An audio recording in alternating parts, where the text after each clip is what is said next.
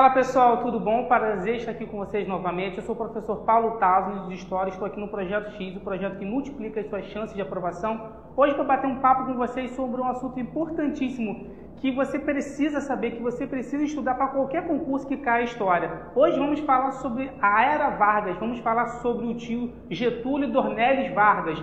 Bom, primeiro, em história, é sempre importante a gente analisar o título, o nome do título, o porquê desse título. Por que Era Vargas? Era Vargas é simples. Getúlio Vargas vai ficar durante 15 anos no poder, de 1930 a 1945, uma verdadeira era. Bom, a Era Vargas, para ficar um pouco mais didático, um pouco mais fácil para vocês, a gente costuma dividir em três grandes momentos: o governo provisório, o governo constitucional e o período do Estado Novo. Bom, só para a gente dar um gancho para iniciar, propriamente dito, na Era Vargas, você precisa saber, lá no finalzinho da sua aula de Primeira República, que Getúlio Vargas vai chegar ao poder através da Revolução de 1930, que na verdade, você aluno X sabe que não foi uma revolução, foi um golpe com apoio militar que fez com que Getúlio ascendesse ao poder, beleza? Temos início ao governo provisório. Mas por que governo provisório? Olha só, vamos analisar o título de novo. Provisório porque nós não temos uma Constituição. Ué, não temos uma Constituição? E aquela Constituição da Primeira República de 1891? Aquela Constituição vai ser suspensa, vai ser anulada. Uma das primeiras medidas que Vargas vai fazer assim que ele chega ao poder, ele vai anular essa Constituição. Opa, você já tem uma primeira medida do governo provisório, a anulação da Constituição. E como Vargas vai governar então se não tem uma Constituição? Ele vai governar através de decretos-leis. Isso vai ser bom? Não, isso vai dar problema. Daqui a pouquinho eu vou explicar para vocês. Outro ponto, os interventores. Vargas vai nomear interventores. O que é isso? Vargas vai tirar do poder os governadores de estados e vai nomear interventores. São militares, os tenentes. Aqueles tenentes que vão apoiar Vargas no golpe de 1930, aqueles mesmos tenentes da Revolução, do tenentismo de 1922, da década de 20, vão estar aqui. Beleza? E não esqueça que nesse momento nós vamos ter o Código dos Interventores. Opa, o que é isso? O Vargas ele vai minar os estados, ele vai tirar a autonomia dos estados. Por exemplo, eu vou te dar um exemplo simples. Na Primeira República, os estados poderiam contrair empréstimos. Aqui não pode contrair empréstimo. Opa, olha o Vargas diminuindo a autonomia dos estados. Quem vai ficar triste aqui? Principalmente São Paulo. Por quê? A gente vai ver daqui a pouco. Outra medida, a política do café. O Vargas não vai virar as costas para o café. O Vargas sabe que o café, que os cafeicultores, é uma base muito importante para a política brasileira. O que Vargas vai fazer aqui? Ele vai proteger o café? Vai. Assim como na Primeira República, durante um período, Vargas vai comprar o café. Lembrando que década de 30, a gente tem o quê? Lembra no mundo? Estados Unidos, crise de 1929. Os Estados Unidos em crise, eles vão comprar café do Brasil? Sim, vai comprar, mas vai comprar o quê? Muito menos. E o que o Brasil, o que o governo vai fazer com esse café excedente? O governo vai comprar esse café excedente e vai estocar. Até que vai chegar um momento que vai ter tanto café excedente que o governo vai fazer o quê? Vai ter que queimar esse café. O Vargas aqui vai criar o CNC, Conselho Nacional do Café, que depois vai ser chamado de DNC, Departamento Nacional do Café. O que Vargas está fazendo com isso? Agora o café é de responsabilidade do governo federal, não é mais de São Paulo. Lembrando que na Primeira República, quem controlava esse café era São Paulo. Agora não mais, é o governo federal. Opa, São Paulo está feliz? Não, isso vai dar problema. Vai, daqui a pouquinho a gente vê. Outra coisa, igreja mais educação. O Vargas ele vai precisar do quê? De bases de apoio. Lembrando que a igreja ela não estava muito bem com o Estado. Lembra, lá na Primeira República, a laicização, Estado laico, separação Estado e Igreja, o Vargas vai pensar assim, opa, eu preciso da igreja, eu preciso do apoio da igreja para poder governar. O Vargas aqui vai criar a estátua do Cristo Redentor, vai fazer uma festa linda, participação de bispos, de padres, maravilhoso, a igreja vai ficar feliz com Vargas. Outra coisa que o Vargas vai investir, educação. O Vargas vai permitir um ensino religioso nas escolas públicas.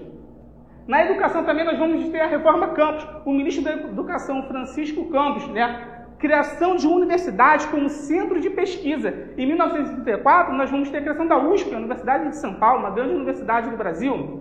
Bom, quando a gente fala de Vargas, principalmente o que vem na sua cabeça? O trabalhismo, as famosas leis trabalhistas. Você já deve ter ouvido falar a seguinte frase: o Vargas é o pai dos pobres e a mãe dos empresários. Por que essa frase? Vou explicar, olha só. O Vargas ele cria leis trabalhistas.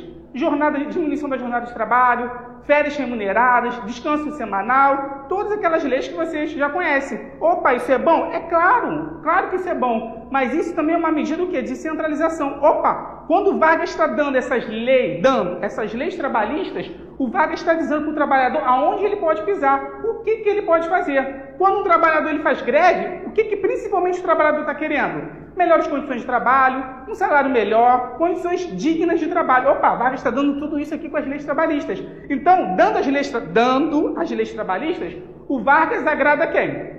Ao operário e agrada quem? Ao patrão. Claro, porque se o trabalhador tem todos esses benefícios, o trabalhador vai fazer greve? Não, se o trabalhador não faz greve, quem está feliz? O patrão. Opa, o Vargas agradou então quem? O operário, que ele vai ter agora esses benefícios, e vai agradar o patrão também. Mas olha só, vamos voltar aqui. O que eu falei que isso aqui ia dar problema?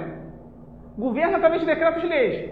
Os interventores, a política de café. Quem vai ficar triste com isso? São Paulo, vem para cá, vem para cá. Vamos ter a chamada Revolução Constitucionalista de 1932.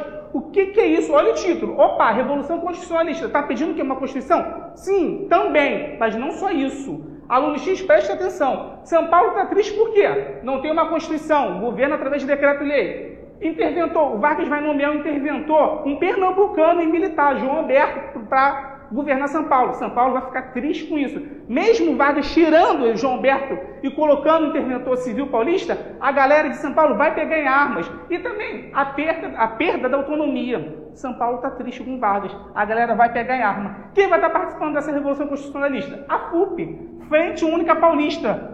Membros do PD, Partido Democrático, mas membros do PRP vão formar a FUP. Mas quem? Mais classe média, mais estudantes. Opa, os estudantes. O estopim dessa revolução vai ser esse movimento cívico, MMDC. Que movimento é esse? Esse MMDC são as siglas, as iniciais dos nomes, do nome de 4 estudantes que morreram em manifestação em confronto contra a polícia. Martins, Miragaia, Drauzio e Camargo. Vai ser o estopim do movimento. Esse movimento, essa revolução facilmente vai ser reprimida pelo governo. Mas o que é susto, o que a galera vai ficar espantada aqui? Vargas vai ser muito brando na repressão desse movimento. Opa, por que muito brando? Porque Vargas sabia que precisava de São Paulo para governar. O Vargas não pode meter o cacete em São Paulo. Então vai ser uma repressão branda. Esse movimento vai ter sucesso. Entre aspas, sim. Por quê? Em 1933, Vargas convoca uma Assembleia Constituinte que vai promulgar, uma Constituição. A Constituição de 1934. Que novidade essa Constituição tem? Voto secreto, voto feminino, as leis trabalhistas vão entrar aqui. Opa, mas só lembrando para vocês que o voto secreto e o voto feminino já vai ser garantido através do Código Eleitoral de 1932. Através desse código, que vai criar o TSE, que vai criar a Justiça Eleitoral, vamos ter fim àquela comissão de verificação de poderes lá da Primeira República. Através desse código, a mulher já pode votar e ser votada. Só lembrando que quando a gente fala de voto feminino, é voto feminino não obrigatório, mas com restrição, Não é qualquer mulher que pode votar. Mas isso já é um grande ganho. Opa, e através da Constituição de 1934, nós vamos ter o primeiro presidente será eleito de forma indireta. E quem será eleito primeiro presidente, galera? Getúlio Vargas. E Getúlio Vargas assume a presidência agora de um governo constitucional. Agora temos uma Constituição, não temos mais um governo provisório. Vamos ter início ao governo constitucional de Vargas. Galera, olha aqui, nós tivemos fim, nós vimos o governo provisório, agora não é mais governo provisório, agora é governo constitucional. E por que é governo constitucional? Porque agora o Brasil tem uma Constituição, aquela Constituição de 1934, baseada, inspiração na Constituição de Weimar, lá da Alemanha.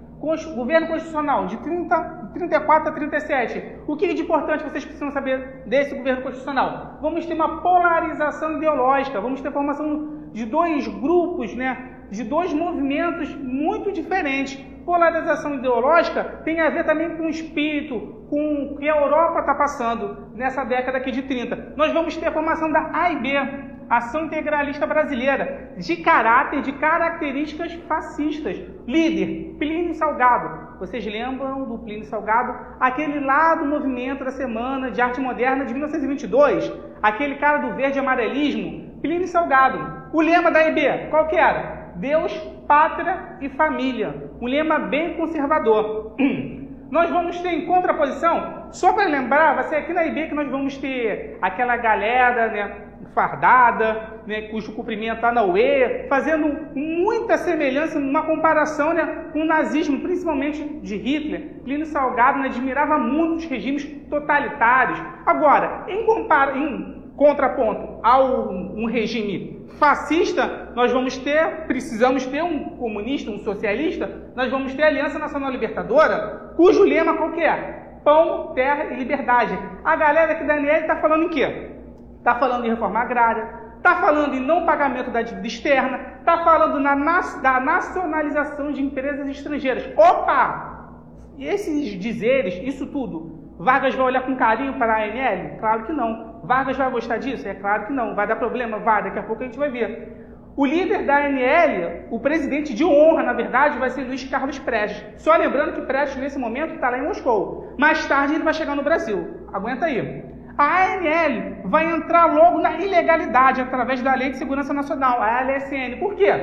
O Prestes, ele vai publicar um manifesto lindo, né, criticando o governo de Vargas, dizendo que a galera tem que pegar em armas, tem que fazer revolução. Com isso, o que Vargas vai dizer? Opa, através da Lei de Segurança Nacional, Vargas vai dizer assim, opa, o Prestes está incitando o ódio, o Prestes está com movimentos subversivos, o Prestes está querendo instaurar uma ditadura comunista no Brasil. Não, não pode. Ilegalidade na ANL. Opa, é nesse momento que Prestes ele vai entrar no Brasil clandestinamente, ele, Olga Benário e companhia, para promover um levante armado, para promover um golpe, para tentar depor a figura de Getúlio Vargas. Vem para cá, olha só, o que vai acontecer? Nós vamos ter a chamada intentona comunista de 1935, ou Revolução Vermelha de 1935, alguns livros abordam esse título. Na verdade, esse intentona comunista foi um golpe fracassado. Por quê? Porque foi um golpe mal coordenado. Os quartéis de Natal, Recife e Rio de Janeiro teriam que insurgir ao mesmo tempo, tomar o poder ao mesmo tempo. Só que, pelo fato de ser mal organizada, né, essa intentona comunista, esse golpe fracassou. Facilmente o governo Vargas conseguiu reprimir e a repressão foi violenta. Olga Benário, você já sabe o destino de Olga Benário, né? Vocês lembram do filme de Olga Benário? Olga Benário vai ser extraditado para a Alemanha. Prestes vai ser preso, vai ficar durante anos preso, vai ser torturado. E o que vai acontecer? Esse golpe aqui vai ser um grande pretexto para Vargas. Vargas vai chegar para a população e vai falar assim, olha só, os comunistas querem tomar o poder. Aí tem todo aquele ideário que os comunistas são ruins, comem criancinhas, já tem todo aquele imaginário. A população vai ficar o quê? Assustada. Aí que chega o Vargas e fala assim, não, gente, não precisa ficar assustado, eu estou aqui. Eu sou o Vargas e vou cuidar de vocês.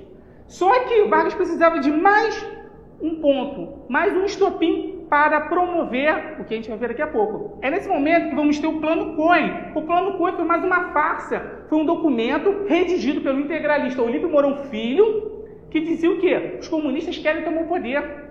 É nesse momento que Vargas vai chegar assim, olha só, tem como resolver isso, mas eu vou precisar fazer alguns ajustes. Eu vou apertar um pouquinho o seu governo. Eu vou precisar implantar uma ditadura para combater com mão de ferro, para combater com todas as minhas forças os comunistas que querem tomar o poder.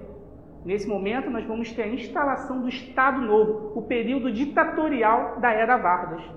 Pessoal, nós vimos o governo constitucional, vimos a intentona comunista, aquele plano forjado, o plano Cohen, tudo isso vai ser motivo para Vargas instaurar agora o quê? O Estado Novo. O que é o Estado Novo? De 37 a 45. É uma ditadura, a ditadura varguista. Vargas vai instaurar esse Estado Novo por causa da intentona comunista, por causa do plano Cohen? Isso também. Mas vamos lembrar que pela Constituição de 34, o presidente não poderia concorrer o quê? À reeleição. Ou seja, em 37 deveria ter eleições para o presidente assumir em 38. Vargas deveria deixar o poder. E tu acha que Vargas está querendo deixar o poder? É claro que não. O Vargas vai arrumar um jeitinho para permanecer nesse poder. O jeitinho dele, instaurar uma ditadura. Coisa básica, né? Muito light essa ditadura no Brasil. O que é ditadura? Ditadura é um governo autoritário. É um governo onde os direitos de liberdade são extremamente reduzidas. É o que vai acontecer aqui nesse Estado Novo. Vamos lá. Uma das primeiras medidas, Constituição de 37. Mais uma Constituição. Não se perde. Temos a Constituição de 34, que é a primeira de Vargas. Agora temos a Constituição de 1937. Essa Constituição vai ser apelidada de a polaca, fazendo uma referência à Constituição fascista da Polônia. Uma Constituição extremamente o quê? Autoritária, como uma ditadura é. Um dos primeiros decretos, né, acho que 2 de dezembro, em dezembro de 37, por aí, vamos ter a extinção dos partidos políticos. Podemos dizer que é um governo apartidário. Opa, isso é muito importante. Por quê? Tem muitos que dizem, eu já ouvi muitos, até professores falam assim, Vargas é fascista, o Estado Novo é um governo fascista. Não, pelo amor de Deus, não é fascista. O Vargas não pode ser fascista, o Estado Novo não pode ser fascista. Por uma única característica. Para um regime ser totalitário, para um regime ser um regime fascista, ele é o quê? Característica principal, o unipartidarismo. Onde tem partido aqui de Vargas? Não tem partido. O Vargas vai eliminar todo mundo, vai eliminar a ANL, a IB, não tem partido. Então, nunca podemos dizer que Vargas é fascista. Paulo, mas Vargas tem características fascistas? Pode até ser, características sim. Vargas tem uma admiração pelo nazismo? Sim. Agora, fascista ele não pode ser. O governo não pode ser caracterizado como tal. Beleza. E quem é que vai ficar triste quando Vargas elimina os partidos? Plínio Salgado da IB. Porque quando Vargas instaura a ditadura, o que Plínio Salgado pensa? Opa, agora é uma ditadura, quem vai se dar bem? Eu, a IB, eu tenho características fascistas, Vargas também, vou conseguir um cargo, um ministério, não. Quando Vargas tira os partidos, o Plínio Salgado, ele tenta fazer o quê? Um levante integralista de 1938, ele tenta tomar o poder. Vargas logo vai sufocar, Plínio Salgado vai ser exilado, vai fugir para Portugal e tudo certo. Volta aqui para a Constituição. Estado de emergência. Agora, o Estado, o governo, ele pode decretar estado de emergência, fechamento do Congresso, a perda da liberdade de imprensa. Hoje, nenhuma autoridade pode entrar na nossa casa sem que uma autorização. Nessa época não. Qualquer um podia chegar na sua casa e invadir sem permissão, sem nada, né? Perda dessa liberdade, beleza? Vargas mandava e desmandava. Outra coisa, o sentimento de nação, um forte nacionalismo. O Vargas vai fazer o quê numa medida? Ele vai pegar as bandeiras dos estados e vai queimar. Opa, mas o que é isso? Vargas quer dizer o quê? Quem manda agora é o Estado, a nação, o Brasil. Olha que coisa linda. Aquela coisa de Estado, lá na Primeira República morreu.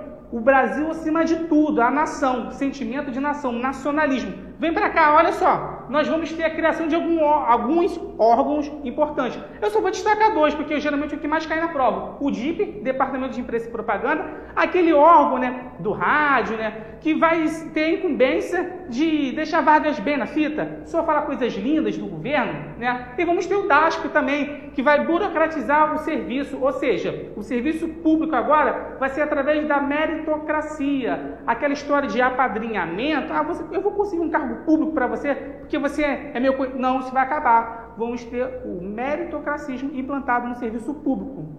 Beleza? Na parte das indústrias, o Vargas vai priorizar o quê? Você já sabe, as indústrias pesadas. Aí você lembra aquele macetinho do professor Zé Bona, as 3 dias, né? Siderurgia, energia, metalurgia. Aqui, a CVRD, a Companhia do Vale do Rio Doce, a CSN, a gente vai falar mais tarde um pouquinho mais dessa CSN, Companhia Siderúrgica Nacional. E na educação, não podemos esquecer, o Vargas está sempre investindo na educação, mão de obra qualificada. Opa, tem indústria, mas precisa ter mão de obra, precisa ter educação. Vamos ter a reforma Capanema, vamos ter o ensino ginasial, colegial, vamos ter essa divisão. Vargas sempre investindo na educação. Mas não podemos esquecer também o quê? Do trabalhismo. Aqui, olha só. Olha o trabalhismo, a principal medida, a CLT de 1943. O que é essa CLT? É uma compilação de todas aquelas leis trabalhistas que nós já havíamos visto. Jornada de trabalho, regulamentação, salário mínimo que nós tivemos na década de 30 ainda, a carteira profissional de trabalho que também nós tivemos na década de 30. Todas essas leis vão ser compiladas num documento, a CLT, documento que até hoje vigora, nós ainda temos a CLT, beleza? Agora, nós vamos entender a participação, um ponto importante do Estado Novo, a relação do Brasil com os Estados Unidos, a relação do Brasil com os países da Europa. Vamos estudar agora a participação do Brasil na Segunda Guerra Mundial. Pessoal, encerrando aqui, pega o finalzinho da nossa aula de Era Vargas, vamos falar do Estado Novo, finalzinho do Estado Novo, a participação do Brasil na Segunda Guerra Mundial. A gente sabe que o Brasil vai entrar na Segunda Guerra Mundial ao lado do quê? Dos aliados, ao lado dos Estados Unidos. Os Estados Unidos, eles vão oferecer mais do que os países do eixo. Vai oferecer mais vantagens ao Brasil e à Alemanha. Lembrando que o Brasil, no primeiro momento, a história da Segunda Guerra, vai manter uma política de quê? De neutralidade, né? Mas, assim que os Estados Unidos vão chegar com um caminhão de dinheiro e os Estados Unidos vão financiar, patrocinar a construção da CSN, né, a indústria pesada tão sonhada por Vargas, o Brasil não tem jeito. Ele entra na Segunda Guerra em 42 ao lado dos Estados Unidos. Ainda mais depois do afundamento de alguns navios brasileiros por submarinos alemães, não tem jeito, o Brasil entra ao lado dos Estados Unidos. Opa, mas assim, só lembrando que os Estados Unidos vão implantar a política da boa vizinhança, essa aproximação com o Brasil. Roosevelt, presidente dos Estados Unidos, ele vem até fazer uma visita a Vargas, passeia de carro e tudo, né? Tem imagem na internet, procura que vocês vão achar. Olha só, assim que o Brasil entra ao lado dos Estados Unidos, na Segunda Guerra, a gente já pode partir, para analisar a queda do Estado Novo. Por que queda? Olha só, a tremenda contradição. Como é que Vargas, que está implantando uma ditadura no Brasil, vai combater uma ditadura lá na Europa? Opa, tá alguma coisa mal entendida. Uma ditadura lutando contra uma ditadura? O Vargas é um ditador e está lutando a favor da democracia? O Vargas vai mandar a FEB, Força Expedicionária Brasileira, a Força Aérea Brasileira, a FAB, para lutar contra uma ditadura? Opa! Aí começa a grande contradição. Começa a ruína, a queda do Estado Novo. Vão surgir diversas manifestações, né? A galera pedindo, o Congresso Brasileiro dos Escritores, Manifesto dos Mineiros, a galera pedindo o quê? A redemocratização do país, a redemocratização do Brasil. E como vai surgir essa redemocratização? Opa, Vargas é malandro, Vargas é um político muito habilidoso. Ele vai enxergar que está na hora de abrir o governo, está na hora de promover o quê? As tão sonhadas eleições. É a partir desse momento que vamos ter a Lei Agamenon. O que é isso? De maio de 45. Vai convocar eleições para dezembro de 45. Opa! Se vai convocar eleições, precisa de quê? Partido político. Olha ele aqui, o pluripartidarismo. Olha diversos partidos surgindo. Olha o PTB, varguista, a UDN, Carlos de Lacerda. A gente fala mais de Lacerda, fala mais de UDN no segundo momento, no segundo governo de Vargas, na década de 50. Olha o PSD, olha o PCB dando as caras de novo. Olha o PCB apoiando Vargas. Caramba, Paulo, o PCB apoiando Vargas, Luiz Carlos Prestes vai apoiar Vargas? Vai. Por quê? Ordem de Moscou. Todo o governo que estiver lutando, combatendo contra a ditadura, combatendo contra o fascismo, nós vamos apoiar. Luiz Carlos Prestes, ele está guiado sobre o quê? Uma ideologia. E nesse momento, quando Vargas lança esse movimento aqui, o queremismo, o que é o queremismo? É aquele movimento que a galera vai para a rua com cartazes pedindo Vargas, queremos Vargas, queremos Vargas. Opa! Olha Vargas querendo dar mais um jeitinho para permanecer no poder. Vargas quer largar o poder? Não, Vargas nunca quer largar o poder. Nesse momento, Prestes vai apoiar Vargas, vai subir em comício, vai defender a candidatura de Vargas, porque Vargas está lutando contra Hitler e companhia. Bom, nesse momento ainda, em 1945, Vargas faz uma jogada que vai desagradar muita gente, a chamada Lei Malaya. O Vargas vai limitar as remessas de lucros para o exterior. Opa, os capitalistas dos Estados Unidos, a cúpula militar não vai ficar satisfeito muito com isso não. E não vai ficar satisfeito por quê? Vargas está armando. O estopim, tudo tem que ter um estopim. A nomeação de Beijo é Benjamin Vargas, irmão de Vargas, para um cargo estratégico, chefe da Polícia do Distrito Federal. Era um cargo muito estratégico. Opa, olha Vargas armando de novo, gente. A cúpula militar vai deixar? Não. É nesse momento que essa cúpula militar, Góes Monteiro, Dutra e companhia, vai chegar e vai falar, Vargas, já deu, Pega suas coisinhas, bota sua viola no saco e vai descansar. Não vamos criar problema. É nesse momento que em outubro o Vargas vai ser deposto. O Vargas vai sair. Só um detalhe, se Vargas concorre às eleições aqui, fatalmente o Vargas iria ganhar. O apoio, o prestígio de Vargas era muito grande. E o Vargas sai meio que com a sua figura política intacta. O engraçado, o curioso, é que os mesmos caras que aí vão apoiar o golpe do Estado Novo, Góes Monteiro, Dutra e companhia, vão ser os caras que vão conseguir derrubar Vargas, depor Vargas. Nesse momento nós vamos ter o fim da era Vargas. Valeu, galera? Um abraço, até a próxima.